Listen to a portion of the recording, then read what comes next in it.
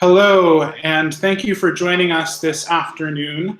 My name is Kyle Cristofalo, and I serve as the Director of Government Relations and Advocacy at Churches for Middle East Peace. For those joining us this afternoon, my name is Kyle Cristofalo, and I serve as the Director of Government Relations and Advocacy at Churches for Middle East Peace. A little bit of background noise there. You might have to mute yourself, Elizabeth, while I'm talking. I serve as the Director of Government Relations and Advocacy at Churches for Middle East Peace. I apologize for that background noise, but as I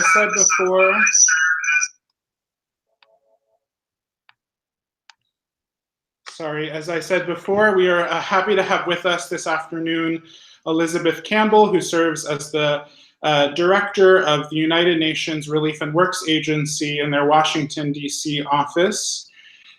Churches for Middle East Peace is a coalition of 28 national Christian denominations and organizations that span the theological spectrum. So we have evangelical, Protestant, Orthodox, and Catholic groups that comprise the coalition. Our vision is to be advocating for U.S. policies that will result in a just and sustainable resolution to the conflict in the Middle East, with a specific attention to Israel-Palestine. So one of our core concerns over the past couple of months has been the issue of humanitarian and economic aid to the region, and of course we've been following quite closely the issue facing UNRWA, with the administration's decision to freeze U.S. contributions to UNRWA by over around 83%. So again, we are delighted to have with us Dr. Campbell. Dr. Campbell has a long history of working on behalf of refugees. Prior to joining UNRWA recently, she worked at the U.S. State Department, where she served as the Senior Humanitarian Policy Advisor in the Bureau of International Organization Affairs. And before that, she worked at a number of organizations focusing on refugees with special attention to refugee crises in East Africa and the Middle East. So before we open this up for Dr. Campbell to answer some of our questions, just wanted to set the stage. As I mentioned earlier, the administration in January announced that it would be cutting or freezing funds to UNRWA, the United Nations agency that assists Palestinian refugees, by 83%. So the U.S. has been a long, strong financial supporter of UNRWA, and we'll let Dr. Campbell speak about that in a little bit. This came off of, on the heels of the Palestinian Authority announcing that they would boycott engagement with the administration as a result of the U.S.'s decision to move the U.S. Embassy from Tel Aviv to Jerusalem and to recognize Jerusalem as the capital of Israel. It also comes in a broader current suspension of U.S. aid to Palestinians while there is an administration review policy period. So currently, in addition to UNRWA, all aid to the U.S., all aid from the U.S. to the Palestinians has been suspended during this administration review. So to start, for those of you who are joining, we'll have about 30 minutes now for questions with Dr. Campbell, and then we want to open it up to the audience. So should you have questions, you can email us at info@cmep.org, or you can also type questions into the YouTube chat feature, and we will do our best to get to as many questions as possible. So to start, Elizabeth, if you could just provide us with an overview of UNRWA and the services that you provide, and sort of the history, how long UNRWA has been in operation in the West Bank and Gaza. Okay, sure. Well, thank you so much, and thank you very much for inviting me to participate in this conversation and to join your network. It's a real pleasure to be able to speak about UNRWA. So yes, for those who don't know, UNRWA has been around for a very long time. It was created in 1949 and is basically there to respond to the needs of refugees who fled into not only what is today the West Bank and Gaza, but also Jordan, Syria, and Lebanon. And today, UNRWA provides services and assistance and protection to more than 5 million Palestine refugees. So that includes all of their descendants. The bulk of our services are in the form of education, healthcare, and emergency relief. We operate more than 700 schools. We educate 500,000 kids in those 5 locations. We have 142 health clinics. Last year alone, those clinics absorbed 9 million patient visits. And we provide emergency food and other forms of cash and relief to 1.7 million of the most vulnerable and needy across those 5 areas. So that are the sort of the bulk of our services. I think in many ways, one of the most important pillars is our education piece. And there we're quite proud of the work that we've been doing over the last several decades. For example, in each of our schools, we've achieved gender parity. If you look at a recent World Bank study, it will tell you that our students outperform their public school counterparts by upwards of 1 year of learning. So it's not just that we run schools, but we really run what I refer to as centers of excellence, where our students are really achieving some of the highest marks and results throughout the Middle East. So that's something about which we are obviously quite proud.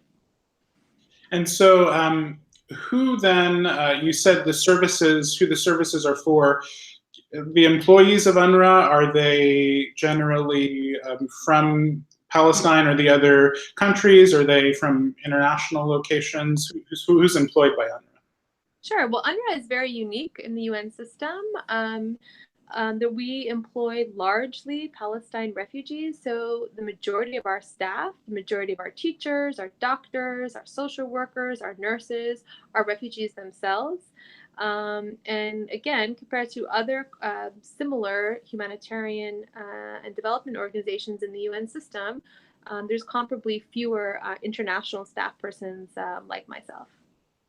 Thank you. So I'm wondering if you could, again, as I said to start the program, the decision was announced by the U.S. earlier this year. What were sort of, if any, the immediate impacts that you all saw on the ground for your programs as a result of this decision? And if you could tell us sort of what you anticipate in the months ahead, again, as a result of the funding cut. Sure. Well, I think the first point I would make is that it's something that was completely unexpected, unanticipated. My boss, the Commissioner General of UNRWA, who has served UNRWA for several years now, was visiting Washington shortly before the U.S. announced its freeze in November of 2017, and had very positive meetings with senior U.S. officials across the various agencies and entities. And in all of those meetings, the message was that UNRWA is a public good. It does excellent work. It contributes to peace, security, and stability, and the United States supports UNRWA. So in January, when we learned indirectly, in fact, about the U.S. decision, it was really a surprise to us, and not something that we had budgeted for, planned for, or anticipated was happening at that time. And we didn't have any indication that there was anything that we were doing that would warrant a freeze in funding. And as I said, in fact, the message had been quite different up until that point. We had prepared sort of the requisite annual paperwork necessary to receive what we thought would be the first tranche of funding in January. So the immediate impact for the agency was just the unexpected nature of the freeze. The United States has been a generous long-term donor of UNRWA since the Truman administration, spanning several decades through various both Republican and Democratic administrations. And so because it constitutes such a large portion of our budget, we hadn't in any way prepared various contingencies for what we would do to keep our schools and our clinics open and emergency food to the most vulnerable absent the U.S. So we immediately had to begin to plan for this unexpected circumstance, and did so. One of the first things that we did was launch a campaign, Dignity is Priceless, to help increase private sector giving to UNRWA. We also worked with our other ongoing partners and existing donors to ask that they front load some of their anticipated expected contributions for 2018. The main goal early on was to ensure that the children could finish the school year, knowing how very important that was. But the impact was obviously quite serious and grave. We, immediately went from sort of planning, if you're running institutions of those size, obviously it requires a lot of preparation and planning. And so we immediately had to begin to find ways to ensure that we could fill that gap, which was obviously a big gap and an unexpected gap. Again, to keep the services open. That was the primary objective, the primary goal. And what the Commissioner General had said very clearly was what our mission and mandate was all about. So that's basically how we approached the beginning of 2018. Thank you. We hear, not necessarily specific to UNRWA, but in this political climate and in a time when there are refugee crises all over the world and also domestic issues that are facing the U.S., the question that comes up when dealing with specific funding of programs is, well, why should we choose this over others? And obviously that we know that that's not how it works, right? It's not a decision where we can only fund UNRWA and not other refugee crises. But just wondering, sort of to those folks who might just not really know a lot about what's happening in Palestine, the situation of Palestinian refugees, how would you argue that the U.S. funding of UNRWA is really crucial? Sure. I mean, those are certainly good sets of questions, and questions that should be asked regularly, and questions we ask ourselves in terms of, are we using the money in the most efficient, effective way? Look, the reason that UNRWA is still around is that there is yet to be a negotiated political solution in which the various parties to the conflict would be involved to determine what a just and lasting solution would be. So UNRWA is mandated by the UN General Assembly to, in the interim, provide services and assistance and protection to refugees who are also largely stateless and without a lawful or legal identity, and thus quite vulnerable, and for whom there is no other entity in each case to provide those accesses to services. So we are here filling that role until there is a just and lasting peace. So why fund UNRWA? I think there's many reasons, but maybe I'll just note a few. One, of course, if we look across sort of international humanitarian development system, it's really value for money. As you asked earlier, who runs UNRWA? Well, it's refugees themselves, right? So here we have the people who are benefiting from the services actually also running the services. Again, it's a very unique model, but it allows us to do much, much more with less. We don't subcontract things out. So it's actually a very efficient system. In many cases, our refugees graduate through UNRWA schools, and many of them then come on to become UNRWA teachers, for example.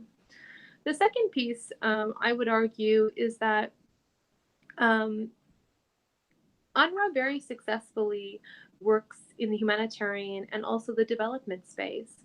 So while I noted that there's no political solution yet for the situation facing Palestine refugees, UNRWA successfully is able to provide many refugees with the tools they need to become productive contributors to the societies in which they live. They're able to find, in many cases, employment through the education that we help to provide. Obviously, we work on the public health angle, which is critical, not just for the refugees themselves, but including the neighbors and communities in which they are embedded. And so those pieces, I think, are very helpful because even though the situation is obviously protracted and longstanding, it's more than simply providing emergency food assistance. It's also providing a way for refugees to move on with their lives and to find some form of self-reliance and productivity. Thirdly, I think, and most importantly, is that there is a long-standing international consensus to obviously protect vulnerable populations, including especially refugees, until there is a political solution that allows for, in this case, our region to live in peace and stability and prosperity. So absent UNRWA, again, you're looking at a very large, very vulnerable population, many of whom are stateless, have no protection of any form of other government or state, and really rely on the UN, in this case, UNRWA, that's mandated to protect them, to ensure that they have access to basic services. And absent that, I mean, you can ask yourself the same questions. I mean, what happens if 525,000 kids no longer have access to school? What happens when there's no means to vaccinate millions of people? What happens when the very most vulnerable don't have access to food?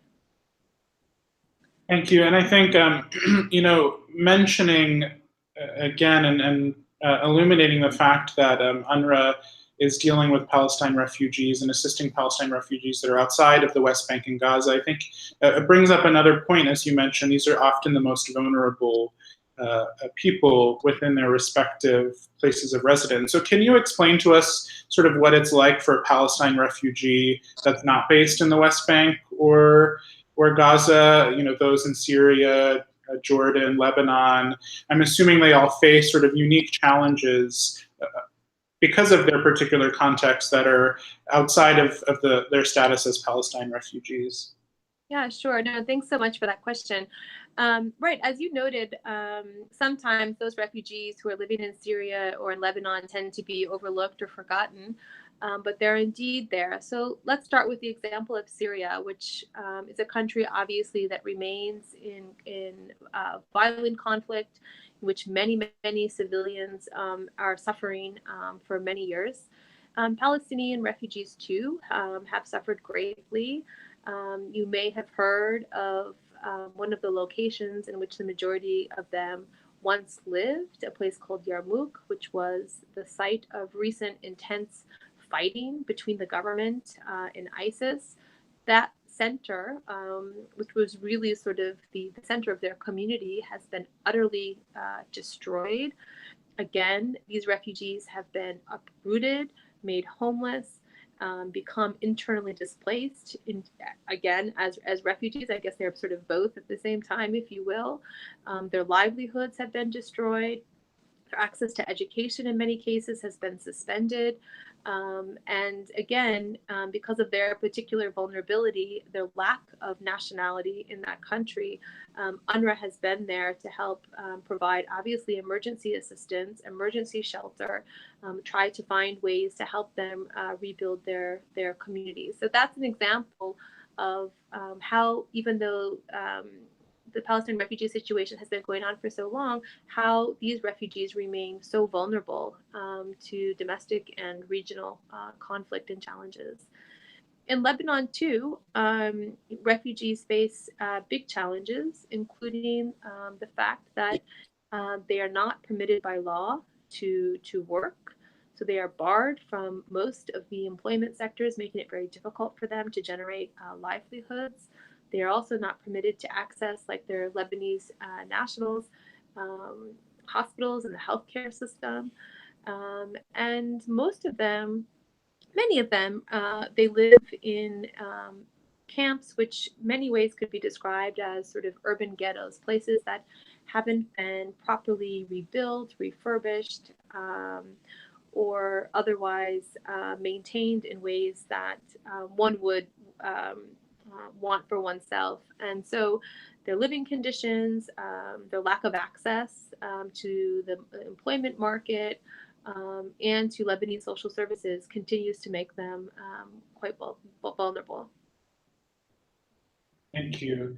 So transitioning back a little bit to funding of UNRWA, some people might worry, given allegations of corruption against the Palestinian Authority, as well as concerns about the influence of Hamas in Gaza, that UNRWA money could, quote unquote, get into the wrong hands. So I'm just wondering if you could share a bit about how you sort of ensure that the funding goes to the purposes for which it is intended, and just the sort of transparency questions that you might get.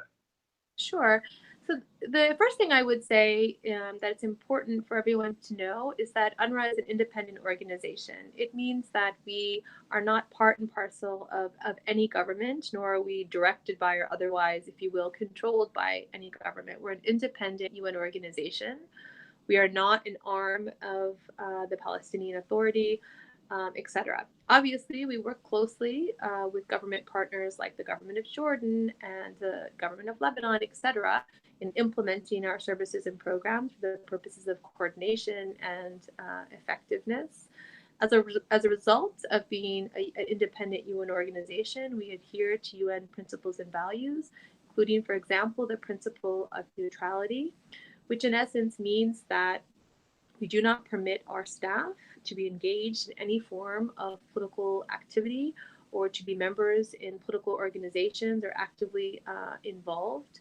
If we were to discover that any of our staff persons were, we would take swift and immediate action to address those situations. But just more broadly, in terms of transparency, obviously, we have a lot of governments who provide regular sources of funding to us. It is our obligation, which we exercise through something called our Advisory Commission, to share with them on a regular basis all kinds of information about our budgets, our spending, our allocations, and obviously the requisite reports to ensure that the funding is in fact used for the primary purpose, which in our case is education, health, and emergency relief services. Thank you. So something that you mentioned before was the fact that UNRWA was created by a UN mandate. And so you often hear, at least here in DC, the criticism or the questions of couldn't UNRWA services be absorbed by the UN agency that is supported, that is supporting refugees, UNHCR. How do you respond to that critique or question? Sure. So yes, to be clear, I mean, though we are an independent UN agency, as you rightly suggested or said, we are a creation of the membership of the UN General Assembly. It means that governments created UNRWA to serve a very specific purpose. So it is not UNRWA did not create itself. UNRWA does not make decisions in a vacuum about our work, right? We implement the mandate that was given to us by the member states of the UN General Assembly.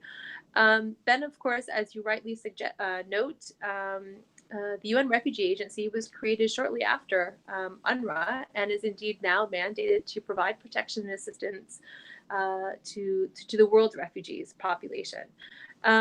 So what I would say to that form of criticism or this idea that we could be simply subsumed by another UN agency is certainly should the UN member state determine that that's desirable, that's certainly within the realm of possibility. That would require action in the UN General Assembly for that to happen, but it's obviously not something that UN Refugee Organization or UNRWA, as mandated organizations, are able themselves to do.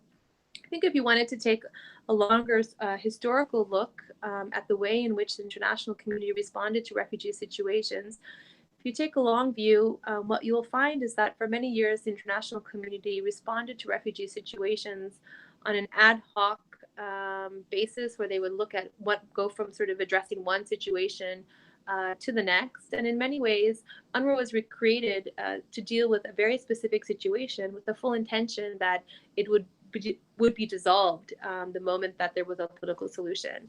So indeed, here we are, many decades later, talking about one of the world's most protracted situations. But until, again, there's a just and durable solution, UNRWA is there to provide the needed services and assistance to those who can't otherwise access it. Thank you. And in one of your responses to an earlier question, you posited, or you let us as viewers sort of think of what could happen when over 500,000 kids are potentially unable to have educational services, go to school. And so something that we hear, I think, within the Washington, D.C. bubble is that behind the scenes, certainly members of Israel's security establishment have long actually been advocates for UNRWA and the services that you provide, because they see it as a stabilizing force in the region, and specifically within Israel-Palestine. So just wondering, in light of these cuts, sort of how do you see that potentially impacting Israel's security, or just the stabilization of the region as a whole? Sure. Look, generally, education, healthcare, employment, these are all, positive public goods that the world enjoys in all regions. It's obviously a public good in the Middle East too. It's hard to really imagine what would happen if you take an example in a place like Gaza, where 2/3 of the entire population there's 2 million people who live in Gaza, 2/3 of them are refugees. 2/3 or 70% access UNRWA services. So it's hard to imagine if all of those schools closed down, and the food assistance that we provide for half the population. So UNRWA provides food assistance for 1 million people in Gaza. If that suddenly or abruptly stopped, and again, if suddenly the population that's already facing huge challenges on its crumbling health and other forms of infrastructure suddenly didn't have access, it's very difficult to imagine what the alternative would be.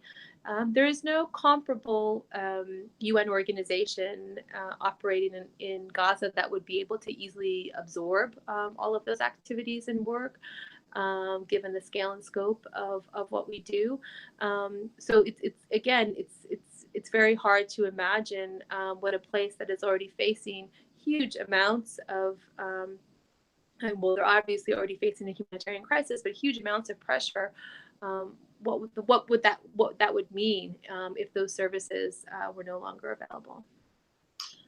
Yeah, and I think it's such a staggering statistic that you just provided about the emergency food relief that UNRWA is able to provide in Gaza. Are you aware? I know things shift given the situation, but when UNRWA might run out of the resources to be providing that emergency food relief? So again, as I noted earlier, our goal has been and will continue to be to find the requisite resources required to keep the food assistance flowing, the schools open, and the health clinics running. So that is what the entire agency has been focused on. We've all been working double and triple time to ensure that those services are available for refugees. And we keep taking it week by week, month by month, and finding ways to close the staggering financial gap to ensure that refugees have access to those things. Thank you. So we're getting to the point where we soon will be welcoming questions from those that are viewing live. Just as a reminder, if you joined late or could not hear earlier, if you email your questions to info@cmep.org, we will do our best to answer however many questions we are able to get to. But just a few more before we get to there. What advice would you have for those that are watching live or will watch later, who are rightly concerned by the decision of the U.S. administration to freeze this funding? to ensure that UNRWA could continue, as you say, to operate, to provide those essential services. What tools would you suggest? I know there are some advocacy ones, obviously, but maybe even in addition to sort of the traditional advocacy suggestions, how would you, recommend folks can support UNRWA? Sure. Well, you can obviously donate. Go to our website. That's very important. As I mentioned, we have been our campaign Dignity is Price is unfolding, and it's a global campaign, and we've been launching it all over the world, but also here in the United States. And we have our sort of sister agency, if you will, UNRWA USA, who works with us on private giving and resource mobilization. But more than that, I think one of the most important things to do is to tell the stories of Palestine refugees, and to continue to make what may seem like an old story very relevant. I spoke earlier about refugees in Syria and in Lebanon, but the point is that their situation is far from over, and in many cases, they are facing, secondary, tertiary forced movement within the countries in which they now find themselves due to ongoing conflicts and political situations outside of their control. In Gaza, for example, I think somewhere around 95% of UNRWA students have never left Gaza. Most of them have witnessed 2 or 3 violent conflicts. So it's important to remember them as individuals who, like the rest of us, are keen to access education and economic opportunities and to have peace and security in our lives. So tell the stories of these refugees and current stories, and not just the stories that make them vulnerable, but also the stories that make them resilient and productive members of the world in which we all live, and their focus on the criticality of education and maintaining those institutions. UNRWA has very successfully over many decades built up highly successful civilian, secular educational institutions, and those things generally are worth preserving, particularly in a volatile region like the Middle East. So raise your voice, tell those stories, make it relevant, and keep talking about it. Thank you. So again, we're gonna open up the space. If you have questions, to email us at info@cmep.org. But I'm gonna take the discretion of the moderator to ask the first question. I'm wondering, as much as you're sort of able to disclose to us, I thought it was interesting, when we started the conversation, you had said that you had been hearing only positive notes from U.S. government officials in conversations that you had and were sort of taken aback by the decision when it was announced in January. So subsequent to the decision being released, what has the engagement been like with the U.S. government, with folks within the administration or Congress? And, is that sort of continuing into the next year? Sure. So maybe I'll just start with our conversations with Congress. They continue to they remain very positive, and I would say that there continues to be strong bipartisan support, as evidenced by the appropriations bill that was passed. So the funding for UNRWA hasn't been conditioned in any way. So there, I think you continue to see lots of support, lots of need and understanding for the reason that UNRWA needs to continue to operate, and the value, of course, of U.S. financial support for UNRWA. In terms of the administration, we have not heard from them. They haven't communicated to us formally with regard to any particular reform or anything that they would like us to do in order for funding to resume. We have, as I noted at the beginning of our conversation, engaged in a wide sort of outreach of donor mobilization, and we're very proud that we have a number of new countries who've joined UNRWA and who are committed to funding UNRWA. We're obviously very committed to broadening that donor base even further, and that's something that was a long-standing goal of ours long before this. And then just in terms of running, as you suggested, a transparent, efficient, effective organization, we're constantly reviewing the way in which we are working, looking for cost savings, finding ways to do things even better. So there I can just give you an example of a highly successful reform, which in large part was sort of thrust upon us due to budget constraints. But UNRWA very proudly runs what we call e-health, electronic healthcare system. To my knowledge, it's the only one of its kind in the entire Middle East. But in sum, it allows a patient or a family to access his or her primary healthcare needs on an app. All of our record keeping, our engagement with patients is all electronic. And this has resulted in considerable cost savings and efficiencies. It's reduced unnecessary patient visits and allowed our system to become much more effective and efficient. So it's just one example of the type of innovation that we're engaged in to ensure that we remain streamlined, on the cutting edge, and that we're not simply doing everything that we did in the past, in the same way, looking for ways to use technology to innovate. So we're obviously committed to working with other donors to also fund UNRWA. Burden sharing is important to us, expanding our donor base, and of course, continuing to find ways to be more efficient and effective. But again, as I said, these are things that we've already been doing, that we're committed to continuing to do, but not something that the government has communicated to us officially that they would like us to do. So we're still sort of, I guess, if you will, waiting for some formal engagement if there will be a decision about subsequent or additional funding or not. Thank you. And so continuing a little bit off of what you were mentioning about increasing the donor base, there have also been reports that since January, some countries have increased their giving, or perhaps have given at levels that they have not ever or in a very long time. Can you tell us about some of what that's been like? There have been other countries that have come up with some additional funds since January. Sure. So again, because we really needed to find ways to mobilize additional financing very quickly, our Commissioner General was joined by the UN Secretary General, as well as the Foreign Minister of Jordan, Egypt, and the equivalent in the EU to engage basically in a fundraising campaign. It was held on March 15th in Rome. And from that, $100 million in pledges were made.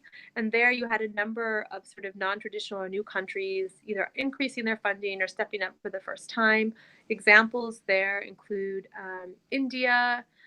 Turkey provided additional funding. We also had a very important pledge for which we're deeply thankful from Qatar that provided $50 million to us. And since that time, we've seen additional pledges by Saudi Arabia and also the UAE, each providing $50 million to us. So that has all been very positive, welcome, and necessary to help us finish out this academic year for the kids. And we will continue to engage in outreach to a wide variety of UN member states seeking their financial support. Thank you. And another question that I have that I've just always been curious about is the correct terminology is Palestine Refugees. Is that, or that's the term that UNRWA uses? Can you just explain is Palestinian refugees incorrect, or what's the genesis sort of that term? Oh, okay. So yes, we use the term Palestine refugees. That's the, if you will, sort of the mandate, the language in our mandate, and therefore the language that we also use.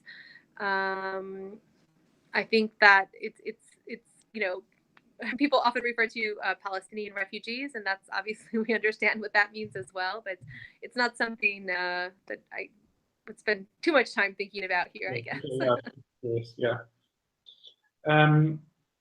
So again, we are open to questions from the audience. If there are any, you can feel free to email info@cmep.org.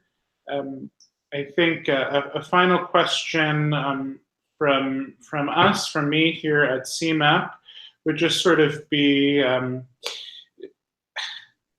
think based off of what you're saying about some of the increase in supporters from other countries and the campaign that you are launching, I think, to help raise the profile of UNRWA here in the US, it does make me feel hopeful. So I'm just wondering if you can share sort of the signs of hope that you see maybe beyond that, beyond some of what you've already shared, just to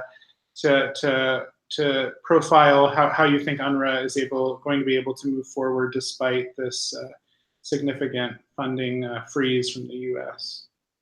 So, signs of hope. I think I would start by saying the overwhelming commitment on behalf of UNRWA's leadership, but also its entire staff, to continue to work to help Palestine refugees. Second, I would say, of course, and maybe it sounds too cliche, but it's true, the resilience of the refugees themselves to find ways to endure these challenges and the pressures, the additional pressures that it's placing on Palestinians. We also obviously are very hopeful about the new partnerships that we're developing with other countries, with new organizations, with other actors who are willing to mobilize and to help UNRWA financially. And I think, when people think about what's at stake, it serves as a huge form of motivation to protect some of the most successful and important development institutions in the entire Middle East. When we know how beneficial education is and that both boys and girls have access to it and that it provides them a stepping stone to a future, that's worth preserving. That's worth ensuring that there's widespread awareness of what's at stake if the funding isn't there to keep those schools open. Well, thank you so much for your time, Dr. Campbell. I think this has been incredibly educational. And again, at Churches for Middle East Peace, this is a core priority for us. We really do feel that it is just so critical that the US provide humanitarian and economic assistance to the West Bank, to Gaza, to the whole Middle East, and certainly through programs like UNRWA. Through support of UNRWA, it's one of the critical ways in which we do that. So we will continue from our place here in Washington, D.C., and with our network across the country to advocate for the full funding for UNRWA from the U.S. administration, as well as for a robust, across the board, a robust U.S. Humanitarian and economic assistance to the West Bank and Gaza. And so we look forward to continuing a partnership with you and with others who are working on humanitarian economic assistance. So just again, thank you so much for taking the time to be with us today, and we look forward to continuing the work. Thank you. It's really my pleasure. Thank you so much. Thank you.